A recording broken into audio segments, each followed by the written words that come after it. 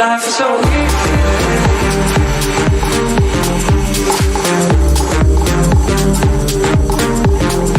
Give me your freedom.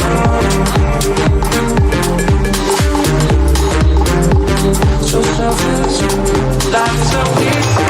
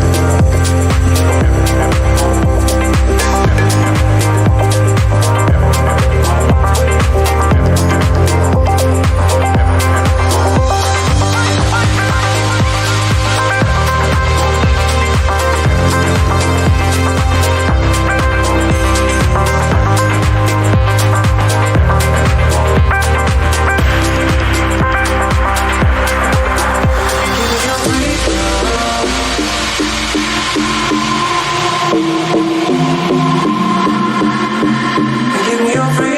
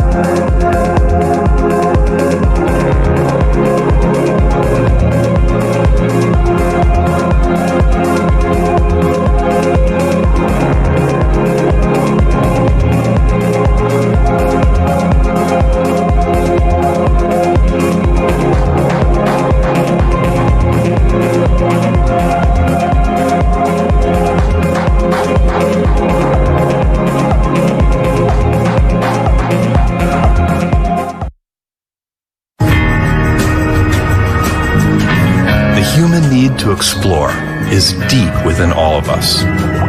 Our ancestors crossed mountain ranges, sailed open oceans to map new lands, and sought out the unknown while always looking to the stars. We're curious, and now we're at a place where we can pioneer new horizons. Because Earth, this blue planet and all its beauty, is just our starting place. It's time. Minus 10, 9, 8, 7, 6, 5, 4. Command engine start. 2, 1. And liftoff.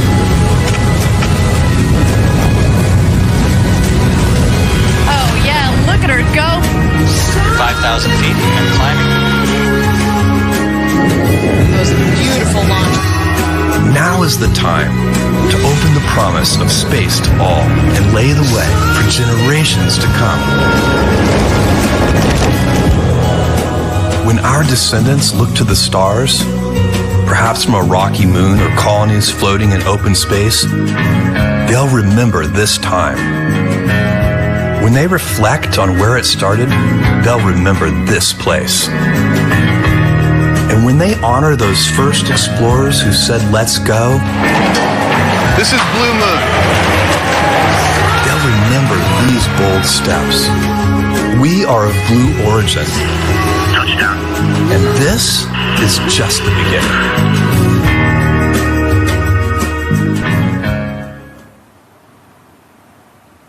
Welcome, everybody. You are looking live at New Shepard from Launch Site 1 in West Texas. She's preparing for her 15th flight to space. I'm Ariane Cornell here with my co-host, Patrick Zaituni. Good to see you again, Patrick. Hey, Ariane, and welcome, everyone. We're here in our Kent, Washington headquarters, and today is a very special day. In addition to flying a rocket into space and back, which is exciting in itself, we're actually going to be doing a dress rehearsal for our astronaut experience. So what does that mean exactly? We're going to have Blue Origin employees standing in for actual astronauts, going through all of the astronaut movements we're going to be doing in the future, including loading into our New Shepard crew capsule on the launch pad while it's fully fueled and ready to go. Exactly, Patrick. Our stand-in astronauts are currently finishing last-minute preparation in our astronaut training center. And we expect them to merge at about T-minus 45 minutes, so coming up in about 12 minutes here. And of course, we're going to follow all the action as it unfolds. Now, to be clear today, there are going to be no humans on board flying to space, but everything leading up to that moment will be rehearsed under actual conditions. But before we get into today's details, we want to put some context around the entire New Shepard program and help define what step-by-step ferociously truly means. And there's nobody better to tell that story than Gary Lai. So Gary has been here at Blue Origin for over 17 years, and we call him the architect of New Shepard. We asked him to articulate how each launch has gotten us to today's moment, with safety, of course, at the heart of everything that we do. For New Shepard, we've been following an aggressive step-by-step approach from the beginning. Because it is a robotic vehicle, we have the advantage of being able to take it through an entire flight test program to make sure it's safe for astronauts. We think it's very important not only to show that we have a very robust design, but that we can repeat the feat over and over again until we are satisfied that we have enough data to fly people on it. The first time we flew New Shepard, it went to space, and we demonstrated every single aspect of the operation of the capsule for re-entry, parachute deployment, and that mission was 100% successful for the capsule. M2 was about taking what we learned from that mission, rolling in changes, and trying it again. Engine start, we have thrust. Touchdown.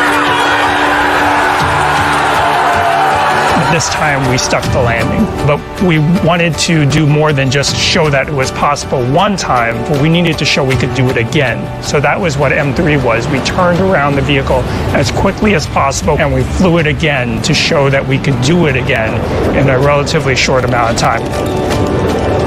For M4, we pushed the envelope. We executed aerodynamic maneuvers on the propulsion module and crew capsule on reentry to really understand what they were capable of doing. The way that we land a propulsion module today, doing it just lighting the engine just seconds before it would impact the ground and doing this controlled landing, we perfected it at that time.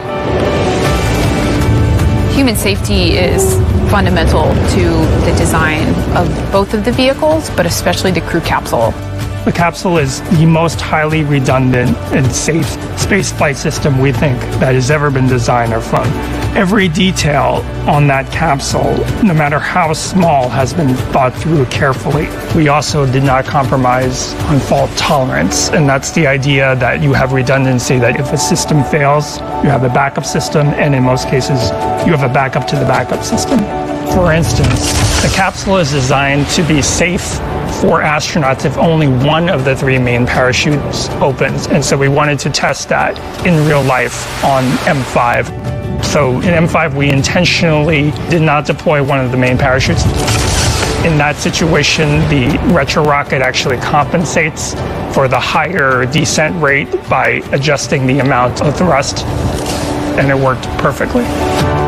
Now, if the capsule is going down way too fast because it has only one parachute opening, then our third and fourth safety systems engage, which is a crushable section, sort of like a bumper.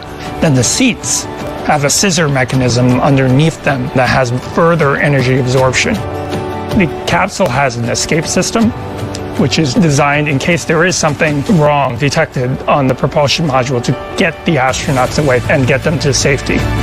From the moment that we have closed the hatch, we can go escape enabled.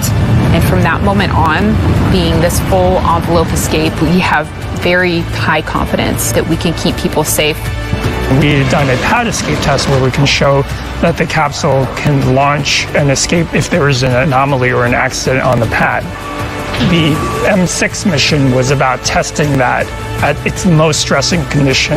We ignited the solid rocket motor in flight and showed that we could recover the capsule safely. For M7, what we introduced was a new capsule design that included the very large windows, seats, control systems on board that would control the environment in the cabin. That was the very first mission for that combined vehicle stack, and it was successful. M8 was just a repeat of M7 largely. And then the third escape test was to show that we could escape in space. So on M9, the propulsion module boosted the capsule to space, and after separation, the capsule lit off its solid rocket motor and re-entered and landed safely. We've demonstrated with pad escape and the in-flight escape, transonic escape, that capsule escape system is solid. Between M9 and M13, we are flying payload missions for customers, giving us even more and more confidence in the capability of the New Shepard system. 13 was a perfect flight, and we're preparing for the M14 mission, which will just be another verification and check. The overall mission of Blue Origin has remained completely the same. We are here to build the road to space.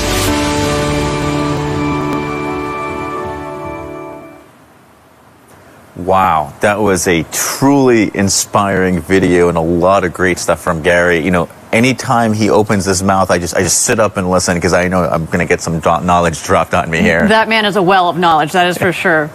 Yeah, so as we can tell from that video, what Gary's been saying, it perfectly sets the stage and the context for why this astronaut experience rehearsal matters and how it fits in with the broader scope of this New Shepard launch and campaign. Agreed, Patrick.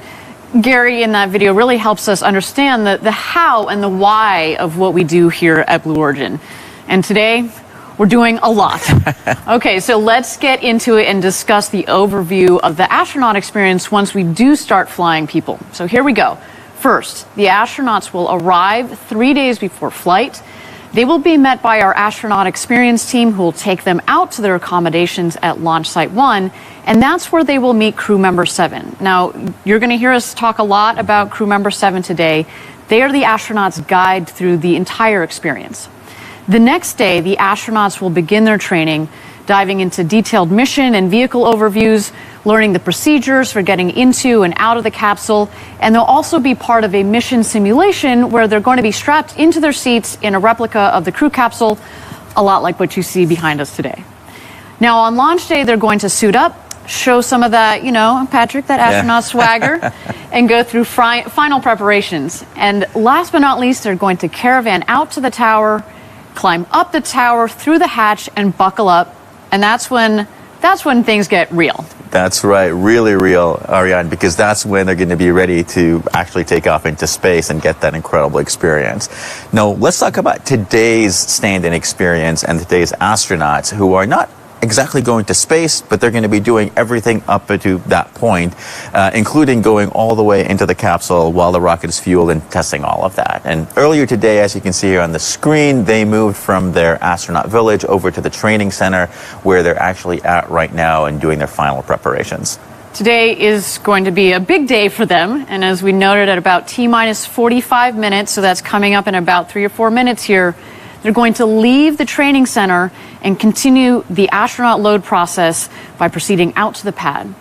So while we stand by for that, why don't we give our viewers a lay of the land? So our field reporter, Caitlin Dietrich, was at Launch Site 1 recently during some of our previous astronaut rehearsals, and she filmed a video to give you an up-close look of Launch Site 1. Let's check it out. Hello everyone, I'm Caitlin Dietrich. I'm here in beautiful West Texas watching the sunrise over Blue Origin's Launch Site 1. This site is where our astronauts are soon going to fly to space, and today I want to take you on a tour of some of the highlights they'll experience before their mission. You know, you just feel like you should kind of be out here on horseback, but then you turn the corner onto our launch site and you see the barn with our feather on it, and there's 2 rockets living in there. Before our astronauts go to space, they'll come visit their vehicle in the barn. This is where our astronauts will arrive during their training to greet their vehicle, get acquainted with the capsule, and learn about the booster. This is also where our mission team mates the crew capsule with the booster. Then, the night before launch, the booster rolls out those doors on the way to the launch pad. All right, so right now we're driving the road to space, which is the road the astronauts will take to go to the tower, climb up, and get in the capsule. And when our astronauts arrive here, they'll walk up these stairs, and they're only a few steps away from their trip to space. Once you get to the top of the tower, you see your rocket and your capsule. And this is going to be one of those moments that you remember for the rest of your life. Tell us what you do on launch days for our astronauts. We go straight into installing the thermal conditioning system in the cabin. Crew member 7 will buckle the astronauts into their seats. At that point in time, we will close the hatch and the bridge will retract a little bit and they'll be ready for flight. And liftoff.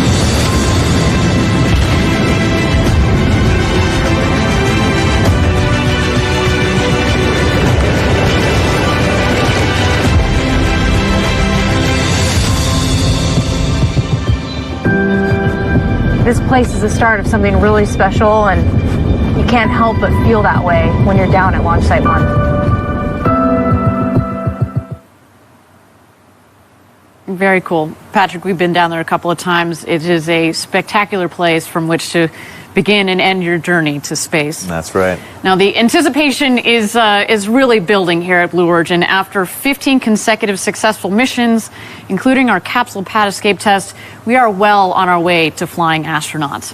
And talking about astronauts, we're moments away from seeing our stand-in astronauts begin traveling to the pad. That should happen in about a minute or so.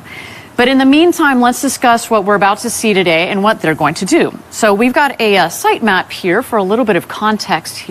So on the left side, on the west side of UC Texas Route 54 is our astronaut village. That's where the astronauts are going to stay. It's their base camp. On the right side of the screen, or the east side of Highway 54, is our launch complex, which includes our astronaut training center. So coming up in a couple of seconds here, the astronauts will leave the astronaut training center with crew member 7.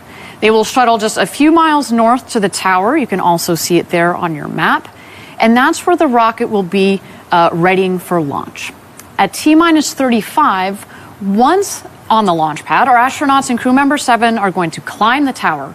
This operation will take about 2 minutes. It is a relatively tall tower out there. And they're going to be accompanied by a photographer who's there to document the entire astronaut's pre-flight experience. And we also have a couple of tower cameras. So we will be giving you all a couple of different views and perspectives on the operation today. All right, we're at T-minus 45, Patrick, and I understand that we have gone into a brief hold here. So while we have a hold, why don't we check out New Shepard on the pad as the rocket, which, as we mentioned, we're going through this astronaut experience crew rehearsal today. The rocket itself is also going to be going to space, not with any astronauts on board, but we are preparing for a launch. So why don't we check out New Shepard here?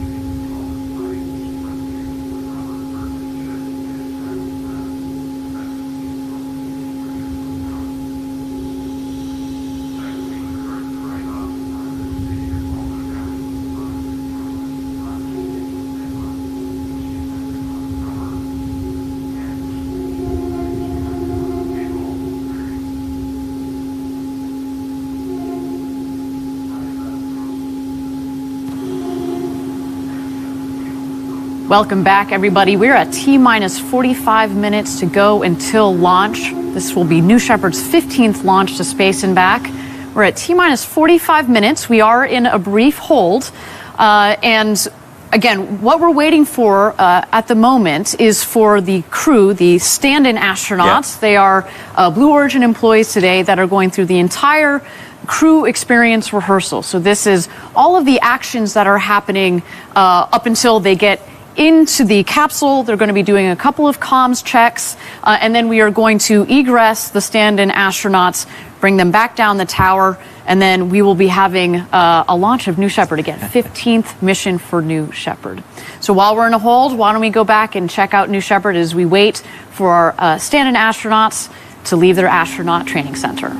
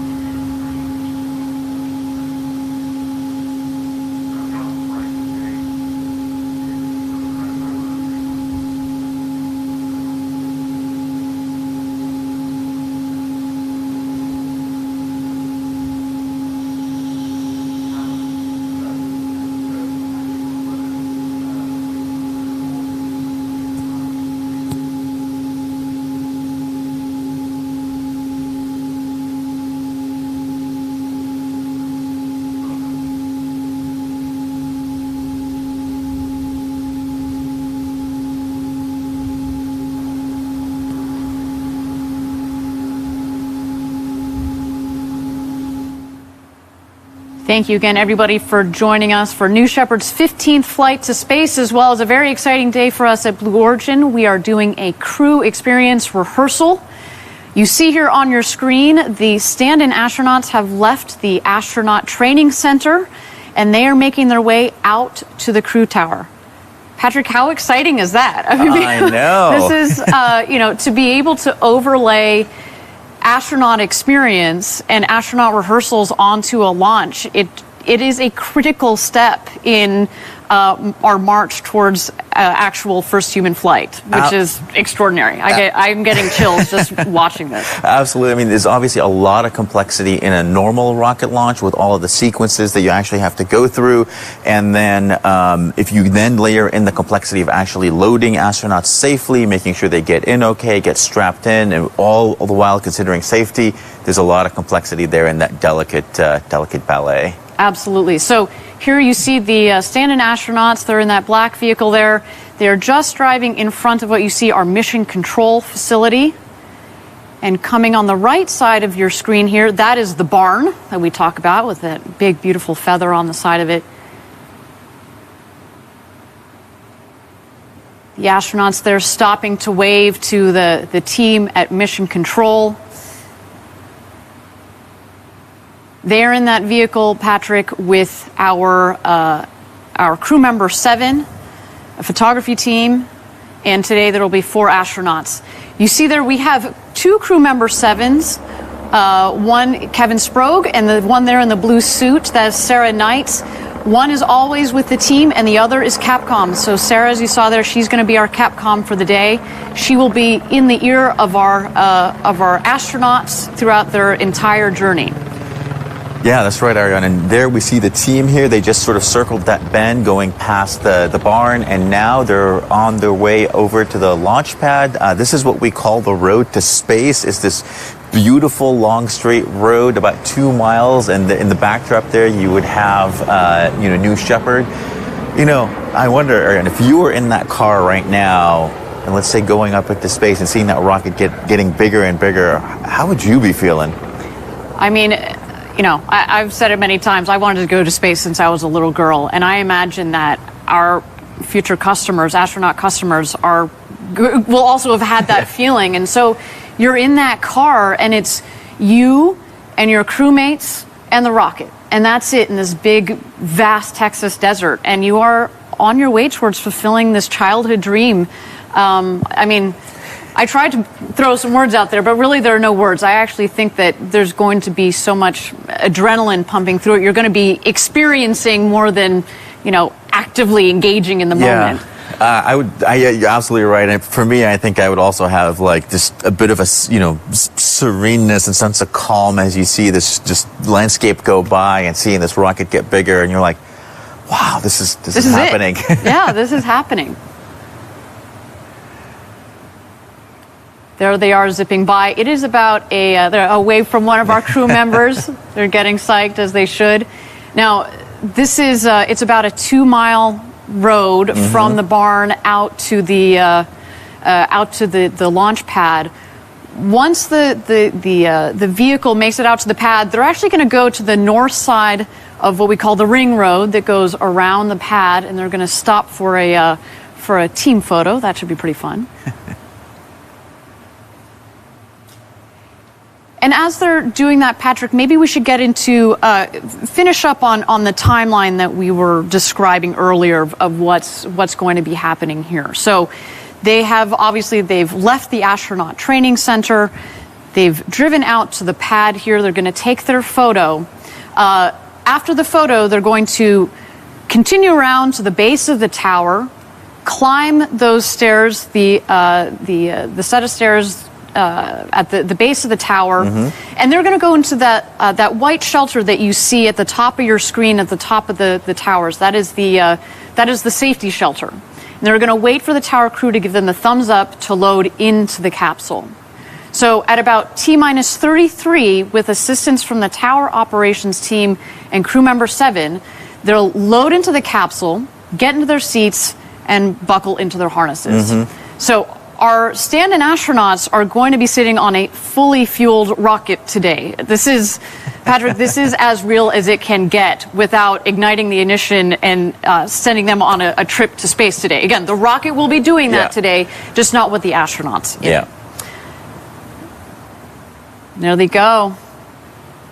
It's a looking cool good. Picture right That's a pretty there. cool picture right there. I feel like that's one of those photos that in your Zoom meeting background you'd have pretty prominently there. Just, you know, just a little humble brag photo. For me, I think it'd be the picture of me in the seat, unstrapped, floating around in front of that big window with the Earth in the backdrop. That'd be my Zoom background. Okay, fair enough. Fair enough. I'll give you that one. That would be a pretty sweet money shot. All right, so they have finished their photo op there on the north side of the pad, and they're going to continue their drive around towards the base of the tower there. Let's watch.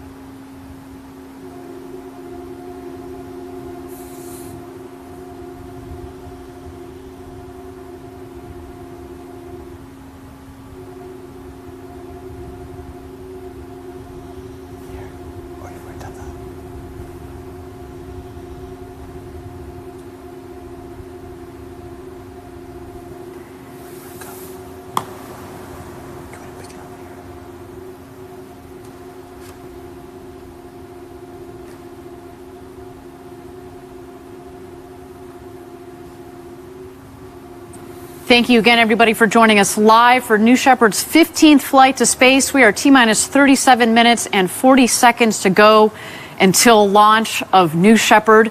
We are in the middle of our astronaut rehearsal. Again, we're taking our stand-in astronauts, 4 Blue Origin employees, through our entire astronaut experience, and they will experience everything today that our astronaut customers will, minus the flight to space. The point today, of course, to weave in the astronaut operations on top of normal launch operations, which is critical to overall safe operations once we get into having customers on board today. Absolutely. Now, Patrick, why don't we pick it up? We talked about the timeline. They are just they are ascending the stairs as we called out earlier. What happens next? Yeah, so once they go up and they get out of that white shelter there that we see, they're going to cross the gantry and actually get into the capsule. Two of them are going to do that. And once they're actually settled in there, they're going to get strapped in. Crew member 7 is going to help them in. They're actually going to do a communications test with our CAPCOM or Capsule Communications. They're going to check to make sure we hear each other okay. And then we're going to do a simulated hatch closing. We're going to close the hatch, not latch it. Then we're going to, after a few moments, we're going to reopen the hatch, and then our astronauts are going to exit the capsule or egress, and then we're going to go back to a normal launch profile, so to speak, and they need to prep New Shepard for launch. And Patrick, today, so while we have 4 stand-in astronauts going through this rehearsal today, only 2 of them are going to be getting into the capsule. Do you want to explain to us why that is? Absolutely. So, as you know, we have 6 seats in our New Shepard crew capsule, so we can take 6 astronauts up into space. Now, today, we have the esteemed Anakin Skywalker taking yet again another flight up into space.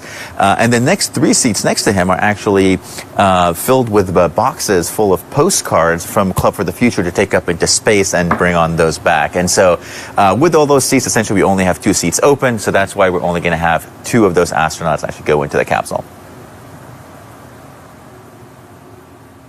Very exciting moment here. Now the astronauts have entered, the stand-in astronauts have entered into the safety shelter there. You see Kevin Sprogge, our crew member 7 on the right. We're going to get to know Kevin Sprogge and Sarah Knights, our first Blue Origin crew member 7s, in just a bit here.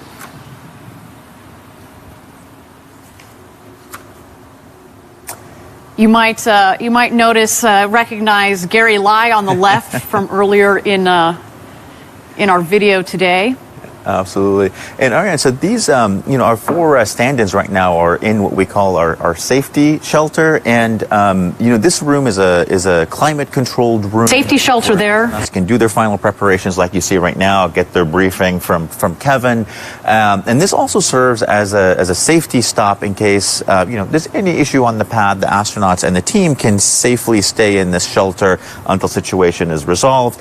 Of course, if our stand-ins or astronauts are in the capsule itself, they can quickly egress, make it across the gantry, and get into that shelter, and where they can wait out any issues at all. So that room is quite multi-purpose there, as you can tell. Right.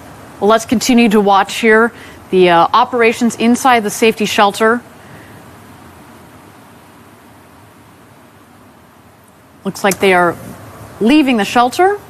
That's right. So what you're going to see here is about an 8-minute long process of actually loading the 2 astronauts there into the capsule. And at the end of which, like we said, we're going to simulate the hatch closing with the 2 stand-ins inside. Ariane, do you want to tell us about the 2 folks that are actually going to be going in here to this capsule today? Sure. So in the foreground, you just saw our photographer, Joel Eby, who is preceding them. Got to catch some sweet photos, of course, of our astronauts as they head out there. So here we have Susan Knapp, Gary Lai, Audrey Powers, and in the back there we've got Clay Morey and Kevin Sprogge, our crew member 7.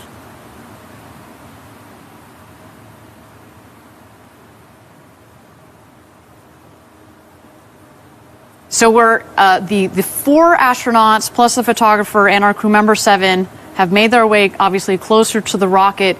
As you mentioned, only 2 of the stand-in astronauts are going to go into the capsule today. We've got, again, Anakin Skywalker. You can see him. Right He's there. already locked and loaded, ready for his flight to space. And 3 payload lockers that will be taking postcards from Club for the Future up.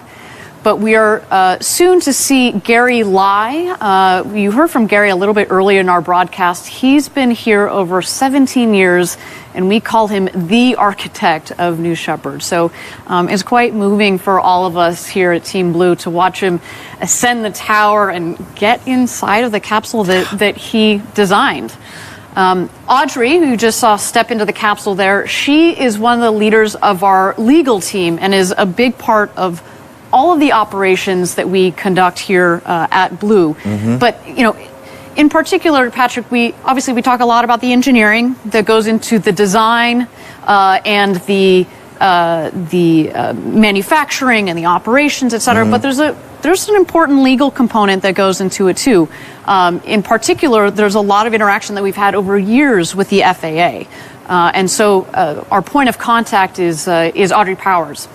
So to add to her, rock star resume, she's also a pilot, no big deal, and the first female chair of the Commercial Spaceflight Federation. So really, really neat. She's had some incredible impact on space legislation and policy in some major ways, for the whole entire commercial space industry. I do want to do a special little shout out to her niece, Genesee. Genesee is a big fan of Blue Origin, one of our Club for the Future members. So, hey, Genesee, good morning. And another shout out to Gary's kids, Anna and Alec. They are all potential future astronauts with us. So hopefully taking the footsteps behind their older family members. So why don't we continue to take a look here for our astronaut experience rehearsal. It is continuing. We have the stand-in astronauts in the capsule.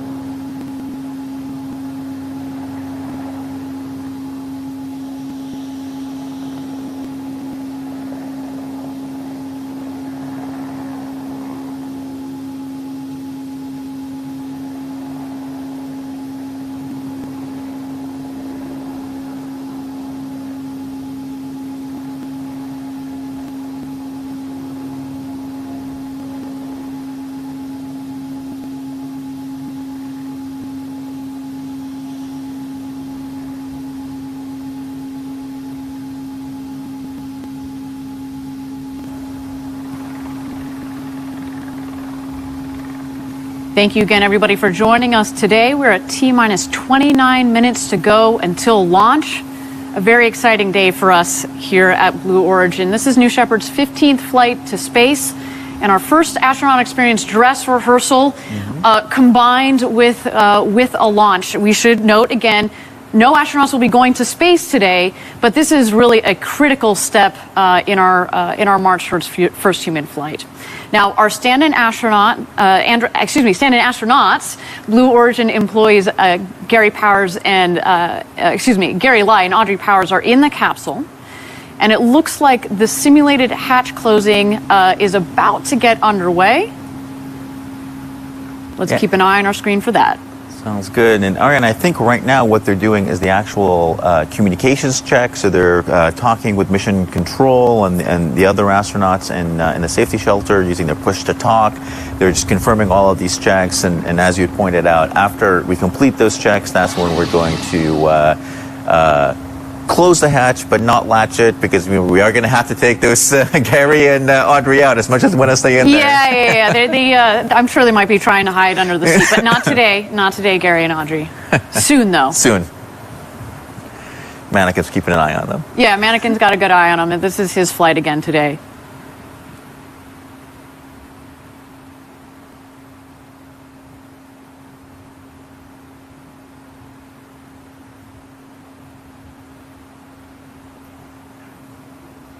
So again, in the capsule, we have Audrey Powers and Gary Lai, as well as our crew member 7, Kevin Sprague. Our other crew member 7 is Sarah Knight. She is on CAPCOM, so she's on the other end of these communications tests that we're doing with our astronauts today.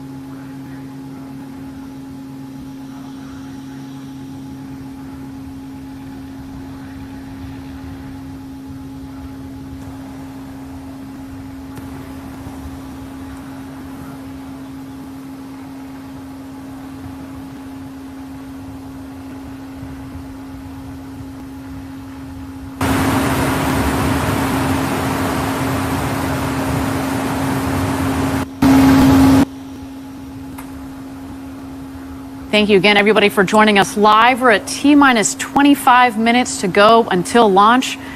Our crew experience rehearsal is well underway, seems to be going well so far. While we have a moment here, let's talk about the flight profile of the rocket. Once we finish the crew experience rehearsal, we will extract the stand-in astronauts. They will get back in their car and they will drive back to Mission Control for New Shepard to enjoy the rest of her day, which includes a flight to space, which will go as such. The rocket will lift off, the propulsion module propelling the crew capsule up towards space. At 75 kilometers, or about 250,000 feet, the two vehicles will separate and continue their ascent to their respective apogees. The booster will, once it's hit its apogee, which is over the Kármán line, over the internationally recognized line of space of 100 kilometers, it will come back down and land on our landing pad just 2 miles north of the launch pad. The capsule, in parallel, will continue its flight up to its own apogee, which we're aiming for about 105 kilometers. If we had astronauts on board, they would get their 3 minutes of weightlessness, gazing out of the beautiful windows. You know, as we said, 6 seats, 6 windows. Over a third of the capsule is windows. So when, you know, Patrick, when we get the opportunity to fly up there, it's going to feel like we are floating in space with all that window. It's going to be incredible. It's going to be incredible, absolutely. And after the 3 minutes, buckle back in, and the capsule descends, comes down under 3 big parachutes, and just in the last moments, we have the retro thrust system that fires and creates basically an air cushion for a nice soft landing back into our valley here, back in the desert. So we're at T-minus 24 minutes and 51 seconds to go to launch. We were in a brief hold. I understand we'll be emerging from the hold here shortly, while the team is continuing to do its various checks, communications checks. They have to check all the systems that are in there. Again, this is the first time that we've had stand-in astronauts, people on top of this fully fueled rocket. And again, we will not be flying them to space, but we're doing just about everything but today. We did see Joel Eby, our photographer, go into the capsule to get some last-minute photos of Gary Lai and Audrey Powers. There are stand-in astronauts. As we can see, Yeah, we did the simulated hatch closing, so we got that check out of the way, and now the hatch is back open, and we've entered that planned hold that should last a couple of minutes here.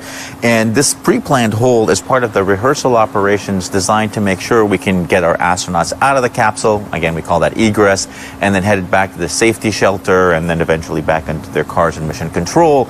Of course, we're doing this time because we're taking the astronauts out. On launch day, this hold would not happen because, of course, our astronauts would be going to space, right? That is right. So we just saw Gary and Audrey leave the capsule there.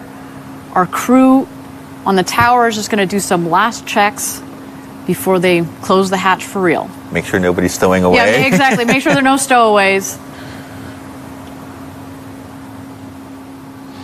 There's Audrey and Gary. And that's and Joel our right photographer. there.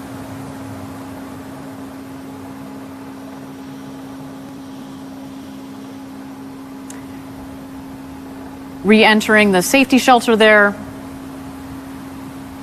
where they met up with the other two stand-in astronauts, Clay Morey and Susan Knapp. Obviously having a good time.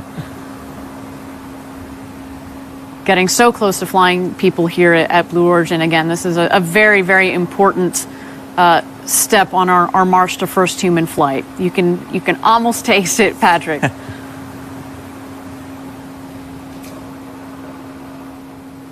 Sounds like they're recapping their great experience there and what they got to do in the capsule and all those tests. Man, it must have been so exciting. And again, can you imagine Gary Lai, the gentleman in the bottom right corner of your screen? He's been at Blue Origin since the very beginning. He knows this system inside and out, and that's why it's really touching for him to participate in this activity, right? He's been really committed through this entire program to getting this vehicle up, flying, landing, yep. And soon taking people to space and back.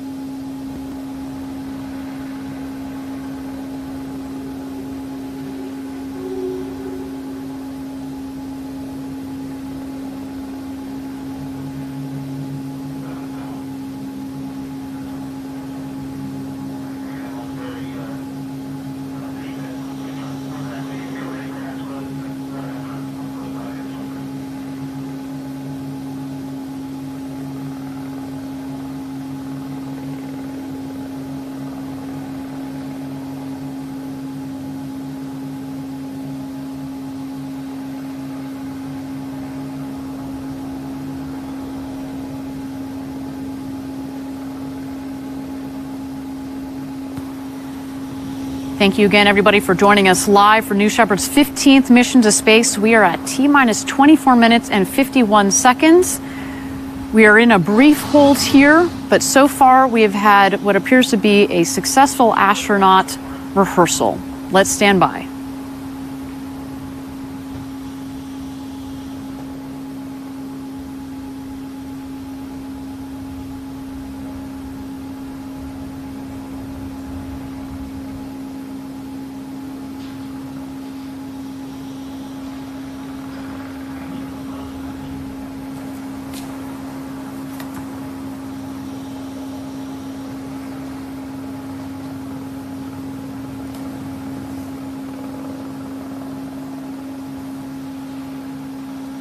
Again, thank you everybody for joining us live for New Shepard's 15th mission to space. We have cleared the hold and the countdown clock is resuming.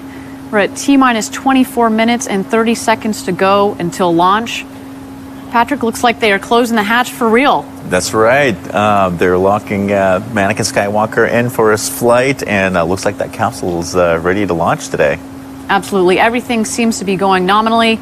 You do see our crew member 7 on the left. That is Kevin Sprague, as well as our crew tower. Excuse me, our tower crew, of course. They are, again, closing the hatch. Soon, Kevin will rejoin the astronauts in the safety shelter, and they are going to make their way down the stairs and back to mission control so they can watch the launch along with the rest of us.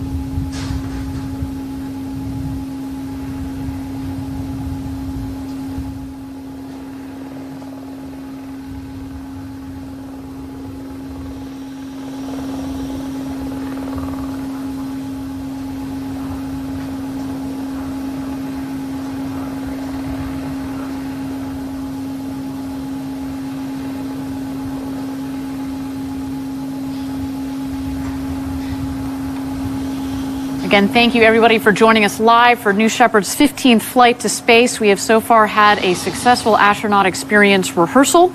We just saw the tower crew closing the hatch for real. We had earlier our astronauts in there, stand-in astronauts, did some tests, and now we are continuing our countdown to the launch itself. Now, Patrick, we've talked a lot about crew member 7 and how important they are to our astronauts and their full experience, right? We saw Kevin Sprague on the tower with our team. We had Sarah Knights, who was on CAPCOM. We saw them waving to our astronauts at the last moment there as they headed out towards the rocket. But why don't we take a little closer look at their roles and specifically meet Kevin and Sarah? Let's check it out. The entire vision of Blue Origin is we want to democratize space. T-minus 10. You don't need to be a NASA astronaut. You don't need to be a trained engineer. 5, we want artists and poets and teachers and scientists to be able to go to space. 1. New Shepard has cleared the tower. Crew member 7 is a position unique to Blue. 2 assigned to each launch. There are 6 people that can fly in our crew capsule. The 7th person is the crew member 7. This is for real. The other crew member 7 is called Capsule Communicator, and they represent all of mission control and launch operations to the astronauts. It took me a long road to get here. I spent over 20 years as a fighter pilot at the United States Navy, but since I've been 8 years old, I wanted to be in space. Coming here to Blue Origin is the realization of a childhood dream of mine. My background is in physics and astronomy. I went into STEM education. I was a teacher for many years. And when the position opened up at Blue, I knew that was me.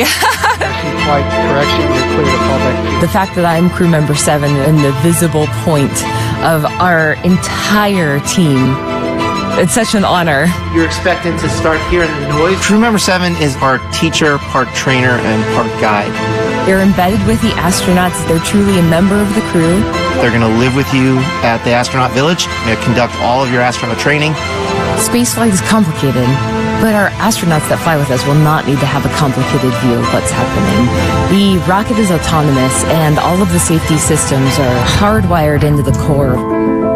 On launch day, crew member 7 is actually going to walk you up the tower, put you in your seat in the capsule, close the hatch.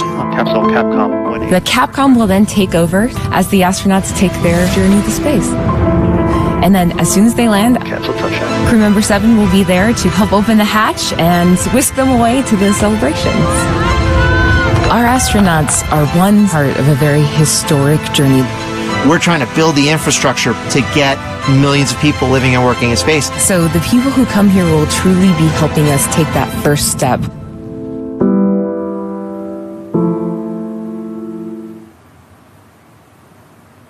Clearly, Patrick, these astronauts are in very capable hands with Kevin and Sarah. Not just capable, but they are experienced and extraordinarily passionate about space and everything that we do at Blue Origin.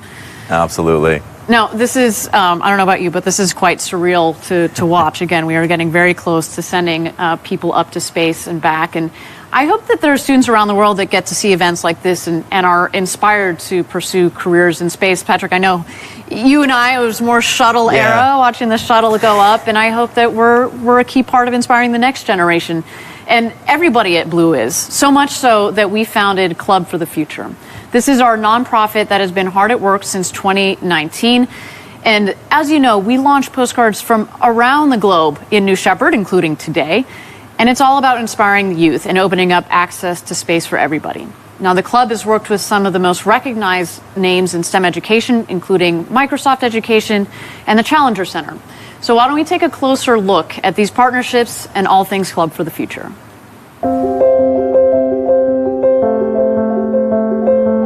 At Club for the Future, we get to inspire youth to really give them that connection and love for space. Club for the Future has a superpower where we get to literally tap into rocket scientists, aerospace architects, and people who are not only just dreaming the future, but they're out there building it. So our very first mission is send a postcard to space. All 7 continents and well over 100 countries have participated. And so that little moment where they realize this postcard has taken that journey that they're going to have the opportunity to take also one day, it clicks and they're hooked. Club's been fortunate over this past year to have some really amazing partnerships. One is Project Llanos. Students need to have their curiosity sparked so they can fall in love with human spaceflight and why it's not in the future, it's today. Let's look at the past, the present, and the future of. So for the past, it's the Apollo legends. For the present, we're looking at Artemis. And then for the future, the vision that Blue has set for human spaceflight. And that's why Club for the Future and Project Llanos has real potential to have a positive impact on the world. Another one is Microsoft Education Day of Data. We are preparing these students for these future careers, fundamental skills like creative thinking, problem solving, computational thinking, and data literacy. It's been a fantastic partnership. Who doesn't want to be part of the rocket launch? Club for the Future partnered with STEM to Hub. Together, we challenged the entire state of Florida to dream big. It was like giving them the gift of the future. Club for the Future is proud to be supporting Challenger Center. They've not only implementing the Postcard to Space program, but Club for the Future most recently has been helping build a virtual mission called Destination Moon, where they put kids right in the seat of mission control, taking the New Glenn to the moon. The teachers have told us that they're loving it. The students are loving it. They're going to be the ones exploring Mars and Moon. They're going to be the ones launching New Glenn. Thanks for being members of the Club for the Future. I can just think of one word, hope. I see this entire generation that's going to be part of something far, far bigger than I am.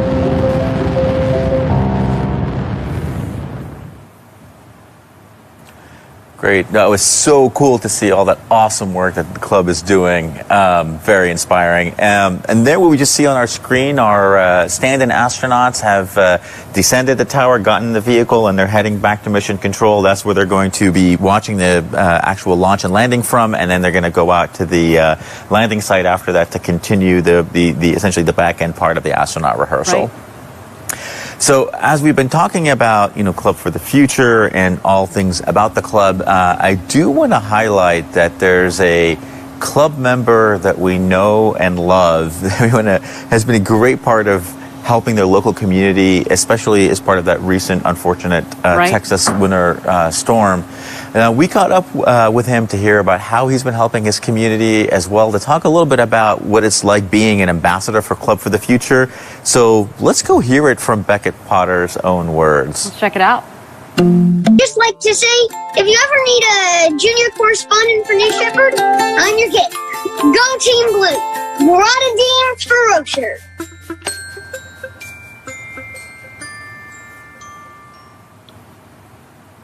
Oh my God, what an adorable and inspiring kid.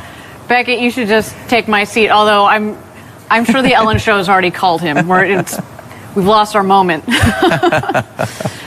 right, well, so as we're talking about Club for the Future, I do want to talk about another initiative from the club, which involves our buddy Mannequin Skywalker, who's on board today. Do you want to talk to us a little bit about that, Patrick? Absolutely. I love talking about Mannequin, the next adventure. So Blue Origin is going to be donating Mannequin Skywalker to the U.S. Space and Rocket Center, which is home, of course, to one of our key partners, Space Camp.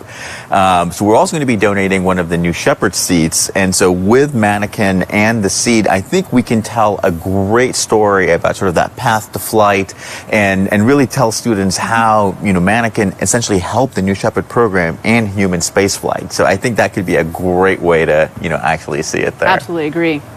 And if we go to a little bit more detail sort of on that story, one of the cool things about these mannequins is that in many ways they're similar to the kind used by first responders in rescue training.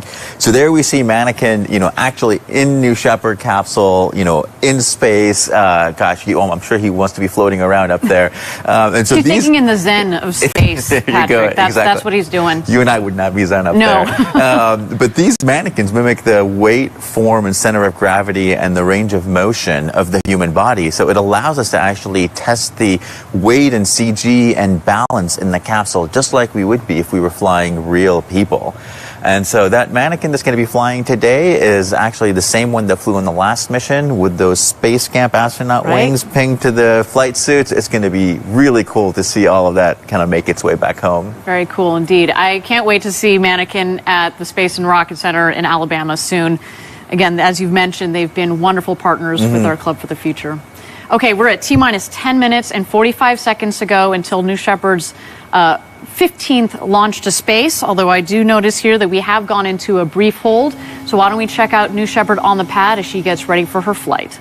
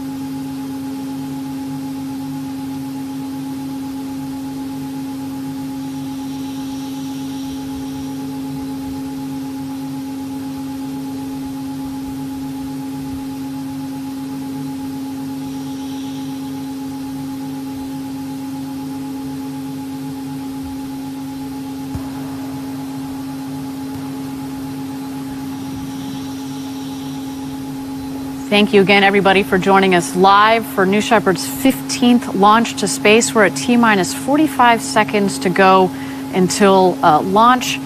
Another countdown to another what should be exciting launch. We are in a hold at the moment, but while we've got a little bit of time left, we did want to bring you up to speed on some progress with our New Glenn vehicle development down in Florida. New Glenn, of course, is our orbital rocket, the successor to New Shepard, our suborbital rocket. We're investing in building a state-of-the-art facility down in the Cape. It is beautiful. You were just down there last week, right? And we're testing flight operations with a giant Stage 1 simulator, producing flight hardware and growing the integration and test facilities down there on our campus. Now, why don't we check out the recent progress for our New Glenn rocket factory at Cape Canaveral with, once again, Caitlin Dietrich. Hi everyone, I'm Caitlin Dietrich reporting here from Florida Space Coast in front of New Glenn's rocket factory and growing campus. Let's go. Scott, thank you for having us today. Tell us a little bit about the New Glenn rocket factory. The campus here in Florida is about 1 million square feet. We currently have over 550 people on site, and we've been growing significantly. We've just entered the high bay, the centerpiece of the factory. Raw stock aluminum comes in one end of the factory to our south, and a rocket moves out to the north. Take a look at this thing. It's so cool to see New Glenn's first stage like this, just mocked up. With 180 feet, we're going to be towing something that's close to a football field in length, and it's also 23 foot in diameter, which is larger than anything flying today. You just showed us outside some of the flight-like parts of the first stage, and this is where we're fabricating them right next door, right? That's right. This is one of our busiest shops right now, and the team can work on both the forward face, and another part of the team can be behind on the back face. Then they'll go out and be assembled to form that forward and aft module of the New Glenn first stage. You know, these mills that we make these parts on, we're doing things on a scale that has not been done before. It looks like we have a lot of hardware here on the floor. Yeah, I love this part of the factory. I mean, we're building domes, we're building barrels, and now we're ready to move into the flight hardware production stage. We're inside the dome. So imagine we're at the top of the Stage 2 tank. Below us is a full first stage and second stage New Glenn rocket, over 200 feet. And we're now entering our composites hub. This is where our payload fairing, one of our other big elements of New Glenn, is made. This 7-meter payload fairing offers twice the volume of anything flying today. So when you're a payload customer, when you see this, you think, I can put a huge satellite in there, or I can put a whole bunch of small to medium satellites in there and really take advantage of the capability that New Glenn brings to the mix.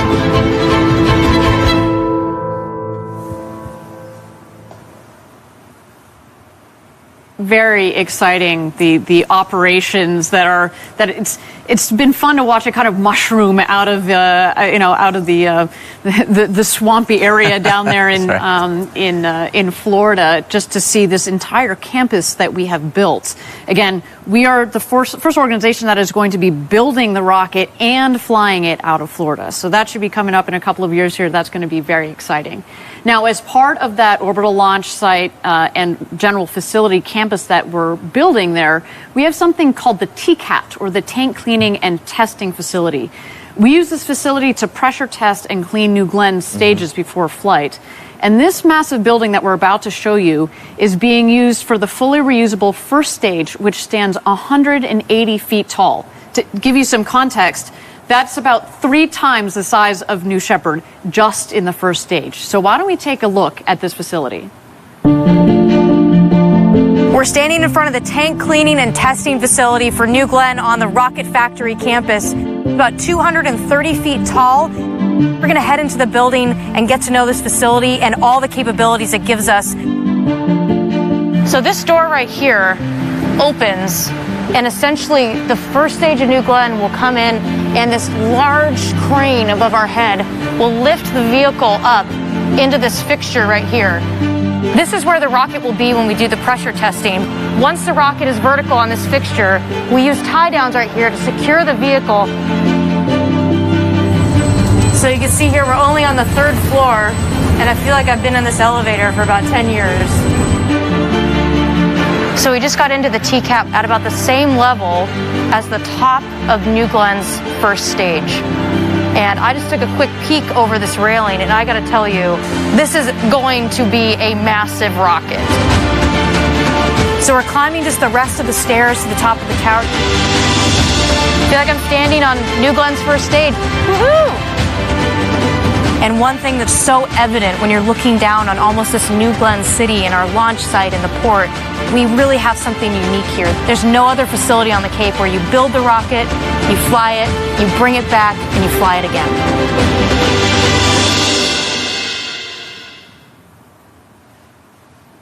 Super exciting. And, you know, we've talked about it a lot on previous webcasts, but I think it's worth bringing up again.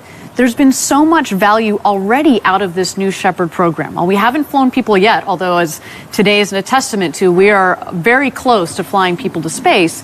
But taking the lessons from the design of New Shepard, the operations of New Shepard, the human spaceflight operations of New Shepard, as well as the refurbishment of the vehicles themselves, and rolling them into New Glenn has been, you know, it's almost like it catapults you. It's a trampoline to the next level, which is why we've already started New Glenn. Absolutely, Ariane. I mean, essentially all of the learnings that we've had from this great vehicle have already been applied. You see it sort of in the design, everything from how we lay out the stages, the tank designs, everything from how we manufacture the tanks with friction stir welding.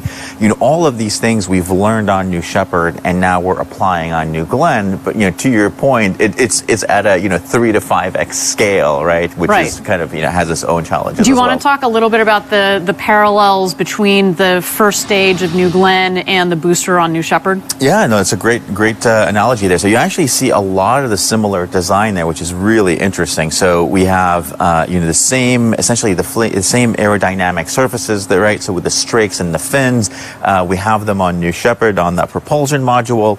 Same thing on the GS1 on the first stage of New Glenn. They just happen to be much larger. I mean, you and I can probably carry the fin of a New Shepard, whereas the one on the first stage of New Glenn is actually the size of the wing of an F-16. And to be clear, we call it a fin. We call it, actually internally, we call it a strake. It effectively acts like a wing. Yeah. Right? Because at 180 feet long, it's effectively, it's kind of like an airplane, right? And we want to have lift on the vehicle to be able to fly it back and get it back onto our landing ship that will be underway when it comes into land. Absolutely. So those fins and strakes allow us to get a lot of stability, both essentially directionally, rotationally, and it gives us a lot of the ability to go downrange to land. So a New Shepard allows us to kind of come back and precision land on the pad. Right. With New Glenn, we're going to be landing downrange on a moving ship. So by having all of these aerodynamic structures and having all of that design heritage on how to design them, how to use them in our flight control systems,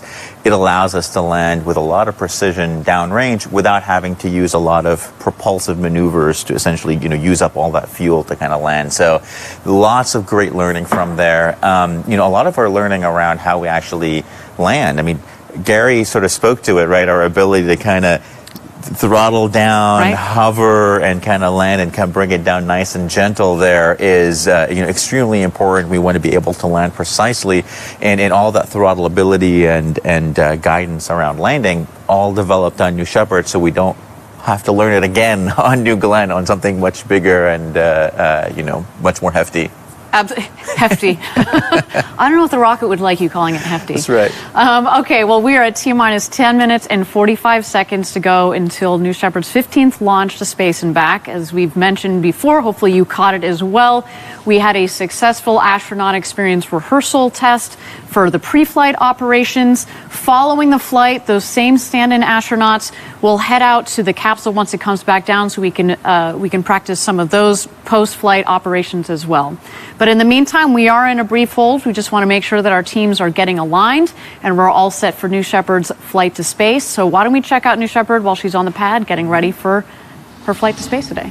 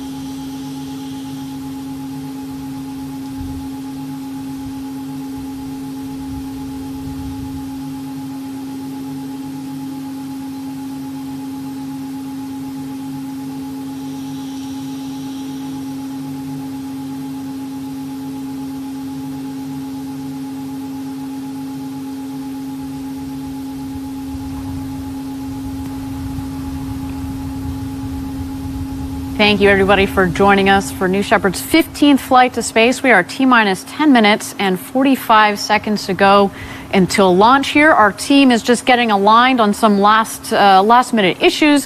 But while we've got a little bit of time here, I wanted to bring you all up to speed on some recent progress that we've made on the BE-4 engine. We were just talking about New Glenn. You called it hefty.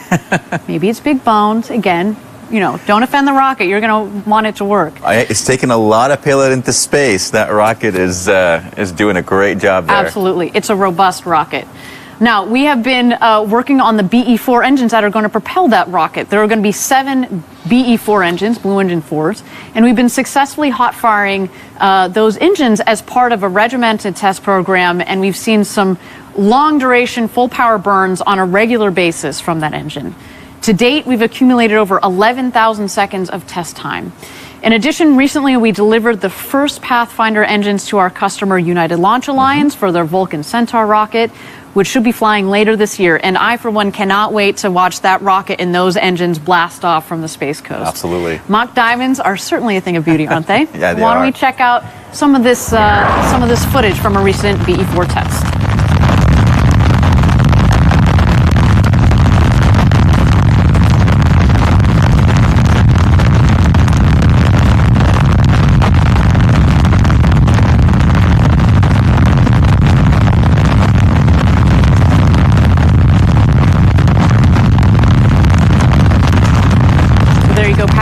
The BE-4 engine testing. We actually have 2 test cells down there that are both up and firing, which is great because you can test on one engine, get your learnings, adjust the hardware, and in parallel you can be testing on the next test cell so you don't have a lot of downtime. So this engine here, this is a 550,000 pound of thrust engine, so that's 5 times the power of the BE-3 engine, the Blue Engine 3, which is powering New Shepard today, and there will be 7 of those. That means 3.85 million pounds of thrust on liftoff when New Glenn blasts off from the Space Coast in a couple of years here.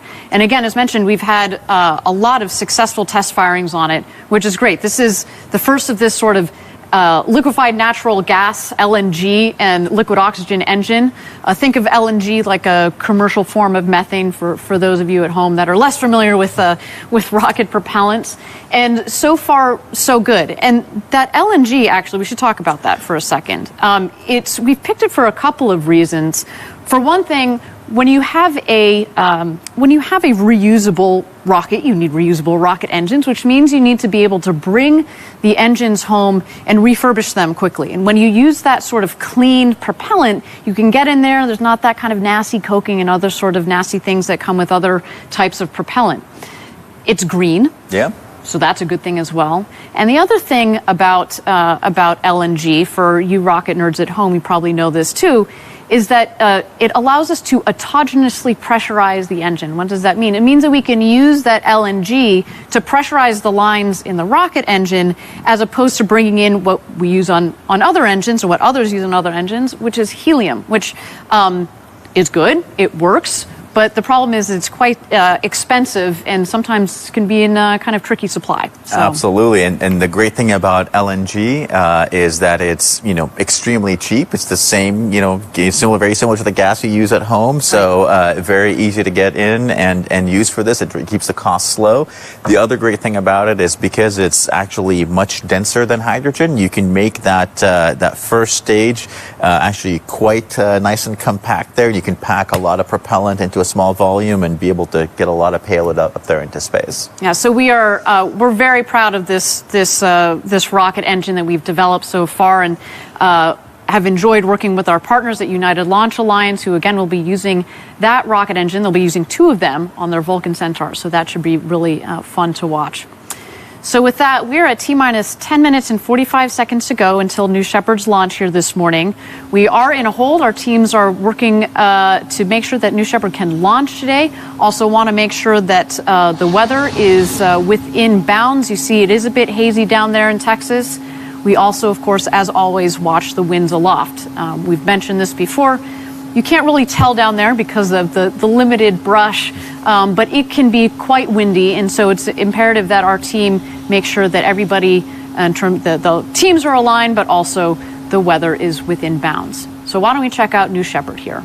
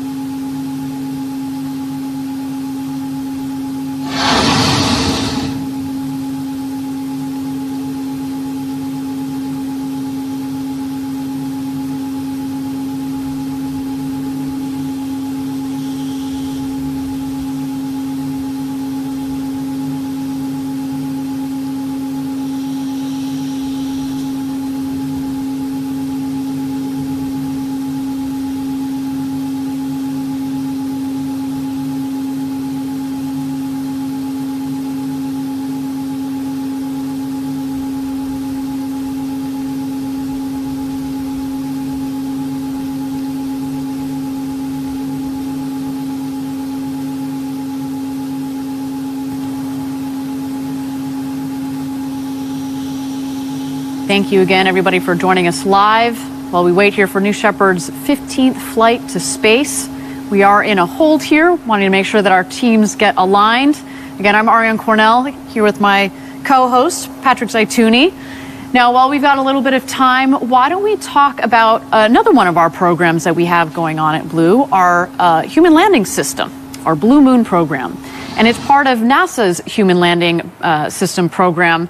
And we have we've based our activities for HLS, as we call it, down in Huntsville, Alabama, at our factory down there. And we've actually put a full-scale pathfinder of our descent element lander in preparation of our demonstration mission to the lunar surface. This mission is going to happen a year before landing crew on the moon, which, by the way, I love saying those words. And by proving out our technology and pre-positioning equipment down there on the lunar surface, is going to start America's sustainable return to the moon, and this time to stay. Let's check out this video. One of the things that our team is doing is the demonstration flight of our descent element 1 year before we actually send crew, humans, down to the surface. And that provides an enormous amount of risk reduction. We get to practice. In Huntsville, we put together a full-scale pathfinder of the DE demo lander. We can test out, prove out the BE-7 engine, all the major subsystems, the whole propulsion system, the fluid system, the electrical power system, the fuel cells, avionics, the sensors, all of that. We can send that lander and land it autonomously on the surface before the crew goes there. We can deliver all kinds of payloads. We can deliver a metric ton of stuff. We can pre-position material, and it can be whatever you want it to be. We can begin to build up Artemis Space Camp. We're looking at several different ways of offloading payloads from the deck. The obvious thing is a crane. And we've actually got a crane provided for us by Langley Research Center at NASA. We're also looking at a Dabbit system that's being developed by Honeybee Robotics. We're not standing still at the national team. We built this full-scale pathfinder of the DE demo mission in Huntsville to enable long-term sustainability, getting America back to the moon, this time to stay.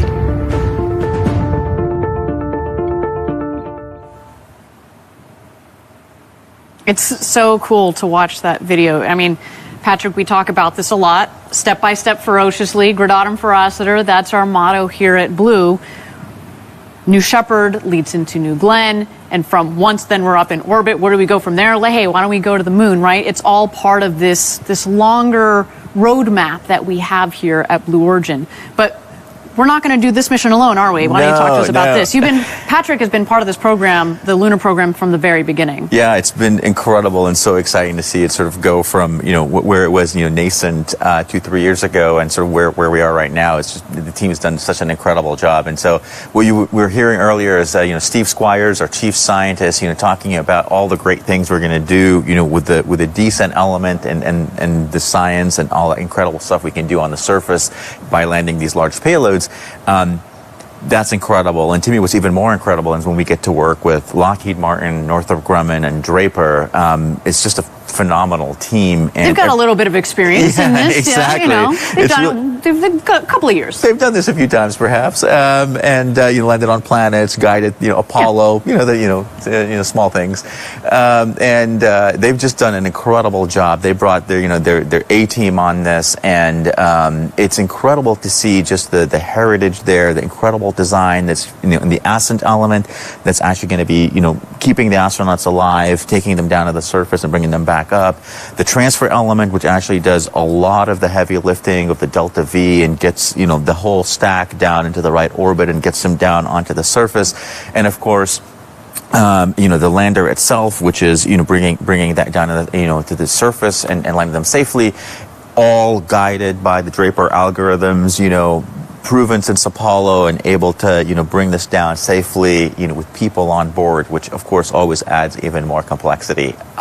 We can't wait to actually go land this. Exactly. And again, you just mentioned the not just the complexity of the system, but then you just mentioned we're taking people to the moon. Yeah. Much like today, this is actually what we've done today is a step that contributes towards that, right? With New Shepard, we talked about. Obviously, we're launching and landing this rocket. We've done it several times previously. We've layered on today the astronaut experience operations and rehearsal that we conducted earlier. And eventually, we're going to be doing that when we go to the moon. But that's not the only parallel between some of the operations that we're doing today and what we're going to do on the moon. Yeah, that descent element that landing looks a lot like a landing we know. Exactly. I mean, if you can sort of shrink a New Shepard a little bit, you can sort of imagine it's so close to a descent element. I mean, there's so many parallels there. And there is, hydrogen and oxygen, right? So the same propellants that we're using here.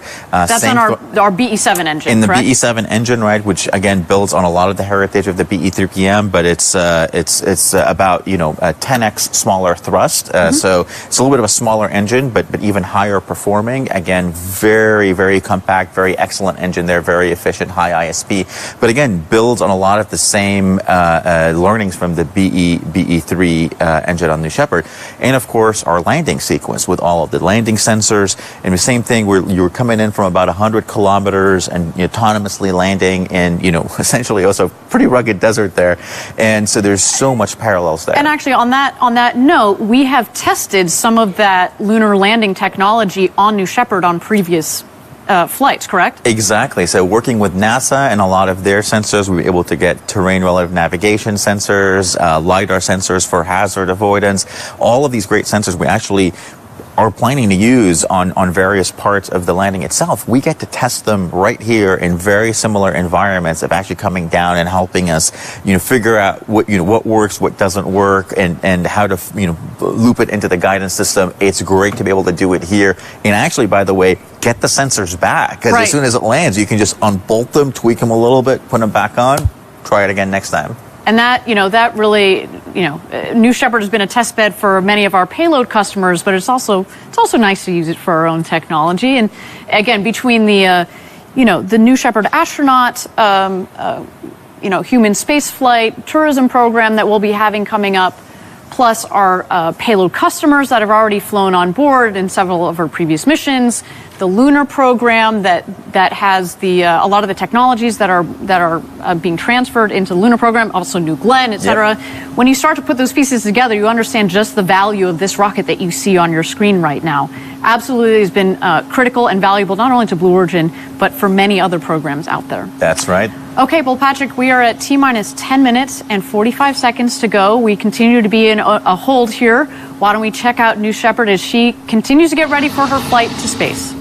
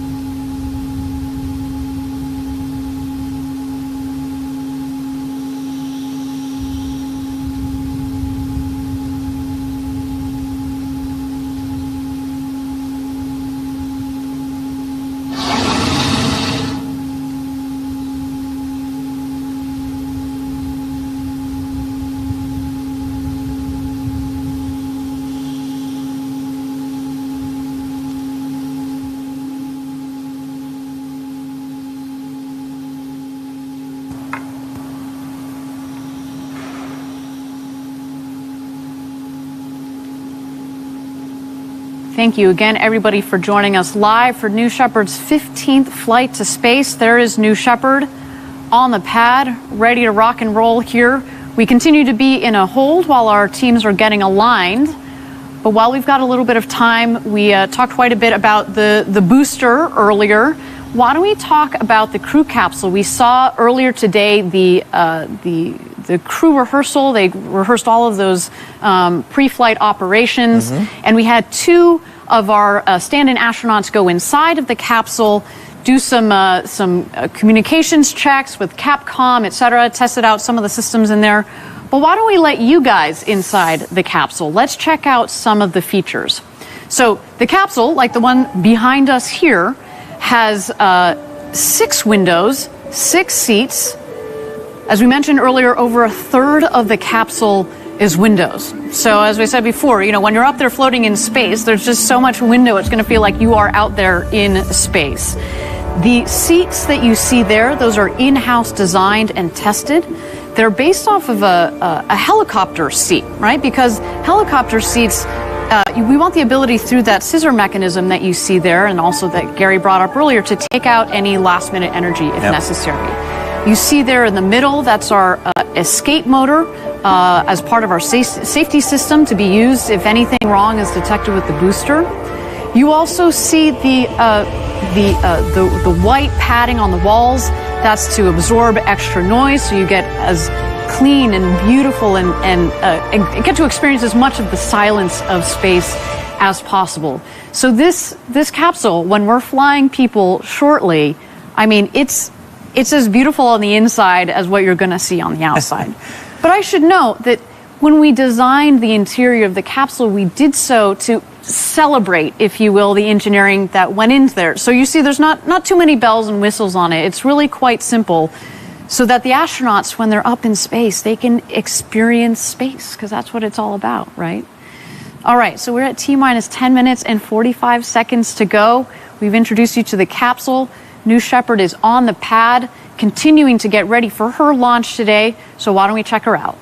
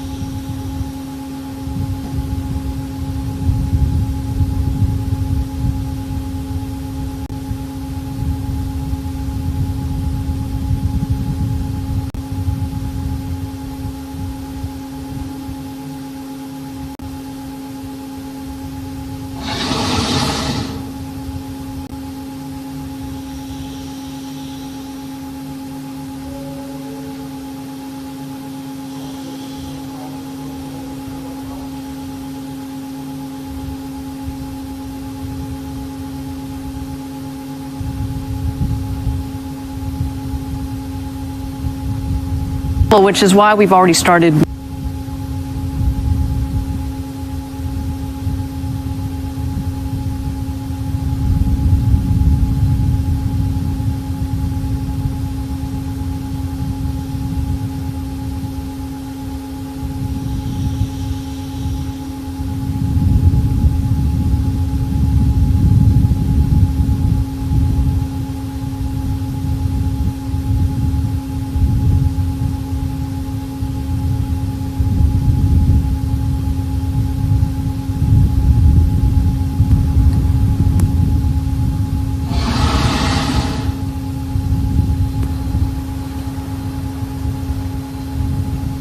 Thank you again, everybody, for joining us for New Shepard's 15th flight to space. We're at T-minus 10 minutes and 45 seconds to go. We continue to be in a hold here. While we're just going to continue to watch New Shepard as she gets ready for flight today. We're just aligning our teams and making sure that weather is in bounds.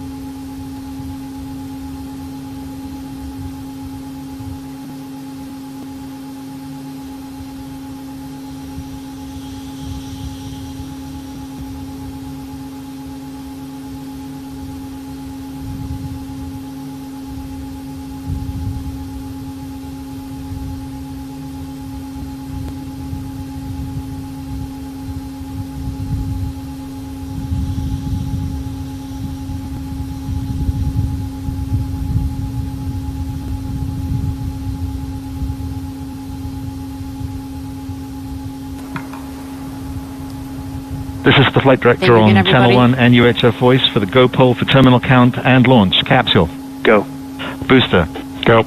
Ground. Go. Safety. Ranger's green. Go. Engineering. Go. CAPCOM. This is the flight director. New Shepard is go for launch. Booster, commence the terminal count. Wilco flight, and we still have step 104. All right, everybody, we are go for launch. As we heard, we are at T-minus 10 minutes to go. The countdown clock has resumed. Phew.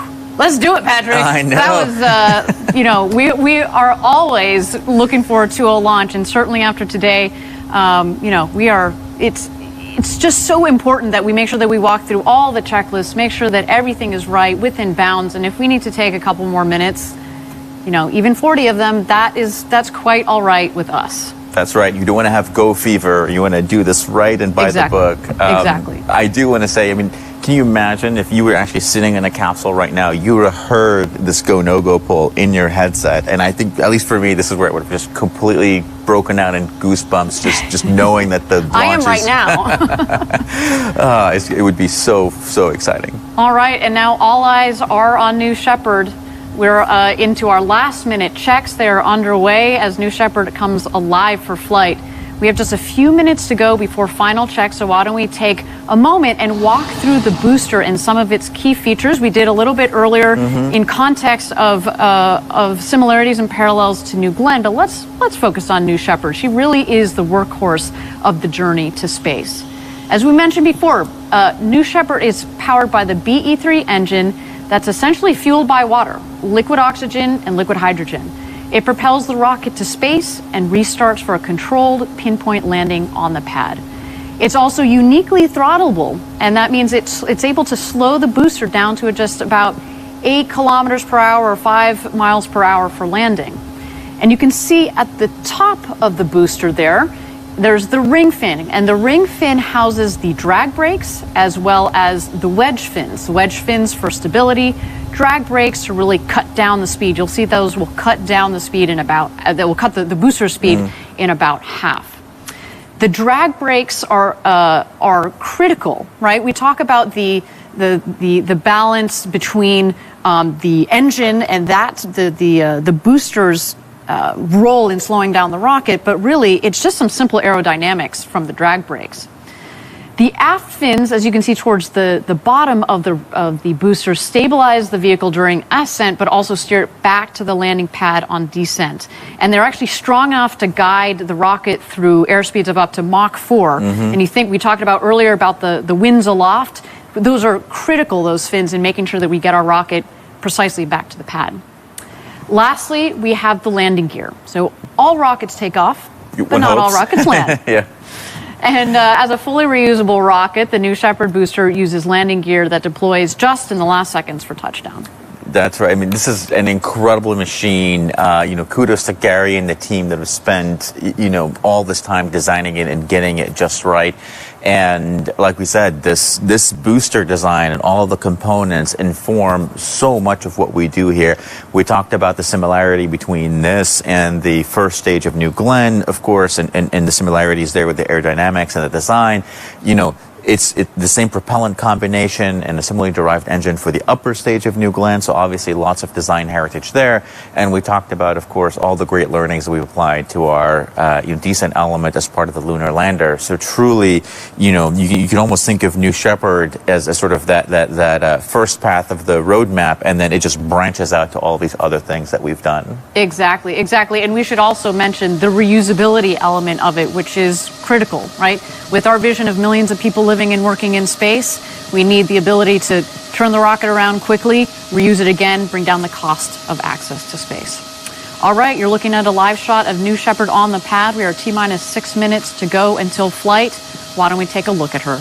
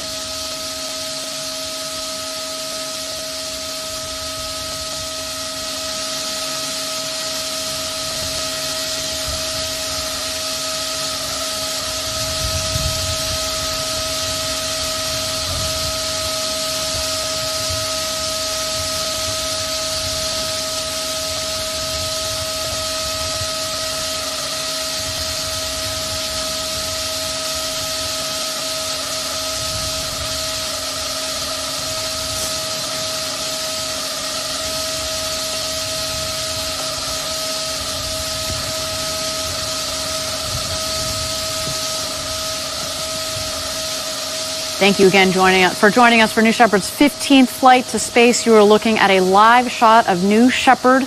She's just about to begin her final preparations for her 15th flight to space. We are at T-minus 3 minutes and 10 seconds to go until launch. So for those of you that are just joining us now, earlier in our show, we showed our astronaut experience crew rehearsal. Very exciting. That all seems to have gone perfectly well. And now we're ready for New Shepard's flight itself. So at T-minus 2 minutes, the rocket is going to go into autonomous mode. We throw the show over to her, and the rocket is in charge of itself from liftoff, its entire flight to space, and its landing back, the rocket itself on the landing pad just 2 miles north of the launch pad. In just a moment here, we are going to see the engine gimbal check. as well as what we call the built-in test, the bit checks. We want to make sure that we can move the aerodynamic surfaces freely so that they, just like an airline pilot does before his or her flight, to make sure they've got free range of motion. We also, at the top of the tower, of course, have the gantry that will also retract. That's right. And Ariane, right there on the gantry, you see these big sun shields there. You know, one of the, if you have 6 very large windows, like you said, and 60% of the capsule is actually windows by volume. Ah, there you go. There it goes, the retraction. Retraction right there. So we actually need those shades there just to keep the sun out of the capsule. We want to make the astronaut experience as comfortable as possible. We want to keep them in a nice, cool temperature. As I'm sure we don't want it to turn into a greenhouse with all of this big, beautiful windows. So what our team did is actually put these shades in. It makes it a great experience. And then, now if you or I were in there, we'd be looking out and just... Ready for launch. Yes. Ready for launch. A simple but beautiful solution. All right, there go the aft fin checks. There are 4 of those fins at the base of the rocket.